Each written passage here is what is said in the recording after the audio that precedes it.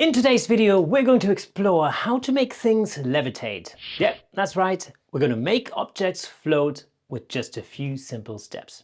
Oh, and just a quick reminder, I won't hassle you to hit that subscribe button just yet. But if you like what you see, I might give you a little nudge later on. Cool? All right, let's do it.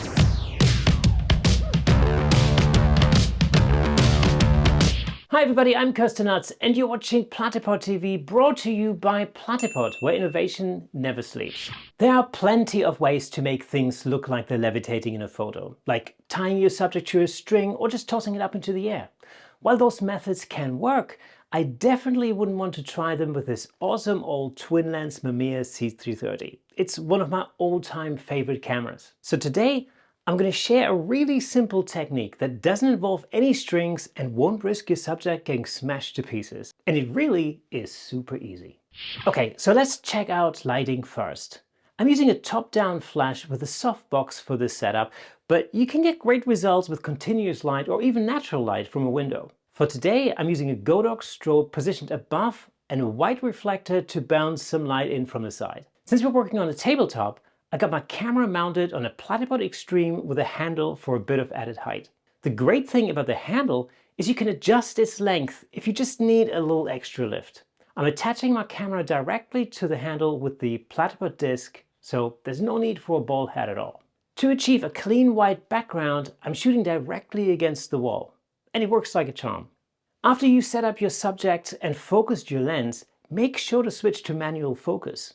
Your camera settings will vary depending on how you light your subject, but for this setup, I'm using f5.6, a shutter speed of 200 and ISO 100. This combination gives me a nice sharp subject with a lovely soft background. And for the lens, I'm keeping it simple with a classic 50mm nifty 50, nothing fancy at all. But before we start shooting, you can help us out by hitting that subscribe button down below. It'll help this video being seen by many more people. Such as the YouTube algorithm, let's beat it together. All right, let's get into the shot.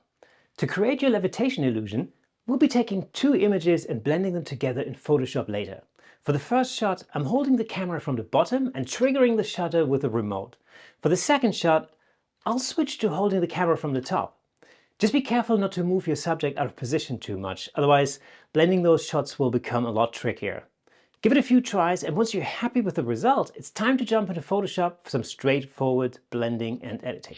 I've brought all my images into Lightroom and I've already decided on the two that I think will work really quite well. And if I flip back and forth between them, you can see they're not 100% aligned, but we'll fix that in Photoshop later. So first thing we'll do is we're just gonna pick one of the images and we're just gonna do a very basic edit.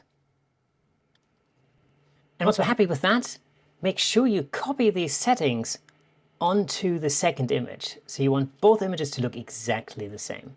Next, we want to export both of those images as layers in Photoshop. So all we're going to do is go up to the Photo tab and go into Edit in, Open as Layers in Photoshop. Okay, now in Photoshop you can see both layers here on the left-hand side. And we want to make sure that our hand on top, our top hold image, whatever we want to call that, is on top of our layer stack. So that's the first thing we're going to do. All you have to do now is highlight the top layer, set your opacity to anywhere between 50% and 25%, and use the handles on the top to readjust your image so that it lines up with the image below.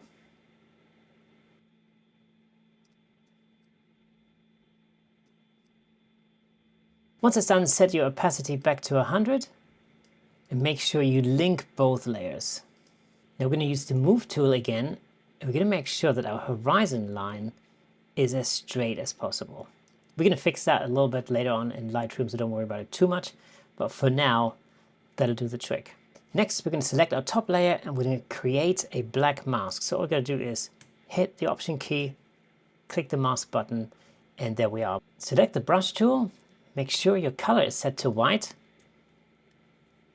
And now you can brush out the top half of your camera. We get rid of the hand below, we get rid of the image on top, and what we'll get is basically a perfectly blended image. Now the edges aren't perfect, but we're going to crop that to size later on in Lightroom.